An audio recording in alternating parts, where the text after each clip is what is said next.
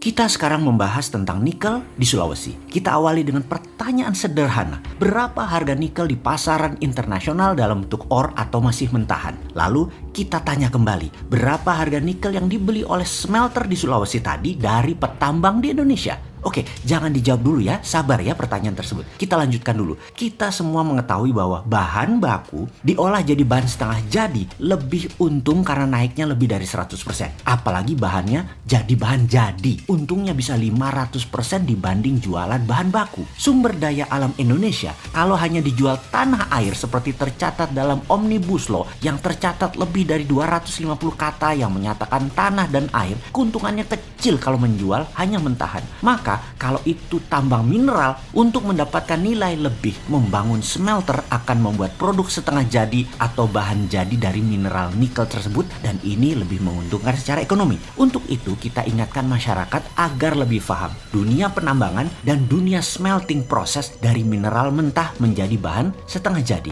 Kita ambil contoh tidak nikel dulu ya, sabar ya, tapi sebuah perusahaan yang dikatakan smelter dalam tanda petik di Gresik yang memproses 1 juta metrik ton per tahun koper konsentrat dari Freeport. Kita juga harus ingatkan satu lagi, Freeport itu tambang tembaga, copper mining. Yang bilang Freeport itu tambang emas iku sopo? Mana emasnya? Lah yang diekspor koper konsentrat kok, yang dihasilkan koper tembaga. Jadi Freeport tambang tembaga karena hasil yang didapat dari pajak negara saat ini adalah mengekspor tembaga. Wes, rausah kakean takon ya. Wes, kita lanjut. Sekali lagi, Freeport adalah tambang tembaga. Tambang ya bukan manufaktur, bukan pabrik, bukan smelter. Pabrik, smelter bukan ranah penambangan atau pertambangan, tapi ranah industri. Jadi smelter itu adalah industri. Smelter adalah pemrosesan mineral mentah menjadi bahan jadi atau bahan setengah jadi. Kembali ke benda yang dikatakan pabrik di Gresik yang katanya smelter untuk koper konsentratnya Freeport. Diproseslah koper tadi jadi anoda slime dan ini diekspor ke Jepang. Oke, sebentar ya, biar paham lebih detail lagi. Anoda slime tadi apa sih? Kok nggak diteruskan prosesnya? Kok nggak di refining? Maka jawaban saya sebagai orang yang baru 20 tahun main di dunia smelter dan pertambangan adalah ya memang bukan smelter itu pabrik, hanya blister doang, misain impurities atau mineral yang tak berguna menjadi bentuk anoda slime. Yang mana ketika dikirim ke pabrik di Jepang, anoda slime tadi diurai sampai proses refining atau pemurnian, barulah dimanufaktur di Jepang tadi. Keluarlah produk akhir yaitu emas, platinum, bahkan ada uranium. Yang mana ketika dikirim ke pabrik Jepang, anoda slime tadi diurai dari 1 juta ton terdapatlah 20-40 ton per tahun emas.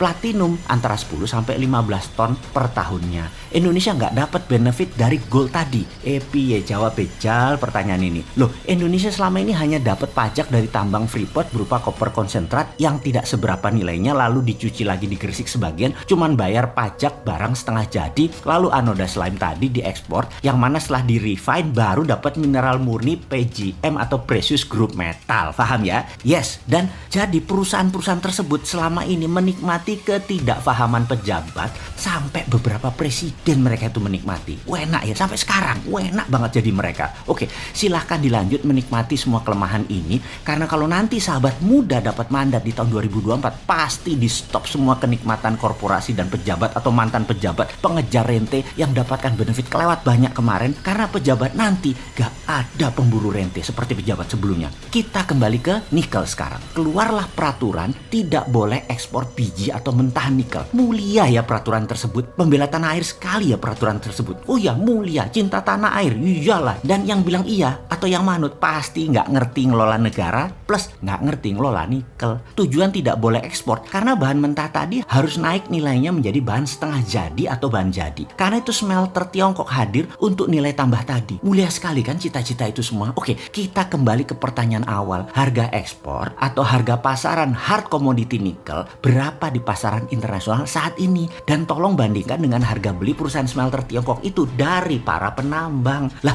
kok lebih murah harga beli smelter smelter Tiongkok tadi dibandingkan harga internasional. Kalau gitu kita ekspor saja. Oh tidak boleh, sudah dikunci dengan aturan undang-undang yang disahkan DPR, wakil rakyat loh yang mengesahkan atas usulan pemerintah. Sekali lagi, wakil rakyat yang mulia dan pejabat yang mulia yang mengatakan untuk rakyat memutuskan ini tidak boleh ekspor mentah nikel. Walaupun harga internasional lebih mahal, harus dibeli perusahaan lokal Indonesia, tapi pemiliknya si Tiongkok. Jadi inilah yang terjadi saat ini di dunia penambangan nikel. Semoga saya salah lagi di dalam menganalisa, karena bener deh, jangan sampai ada yang komentar sebegitu bodohnya pejabat negara dan wakil rakyat atau pura-pura bodoh. Toh rakyat tidak paham.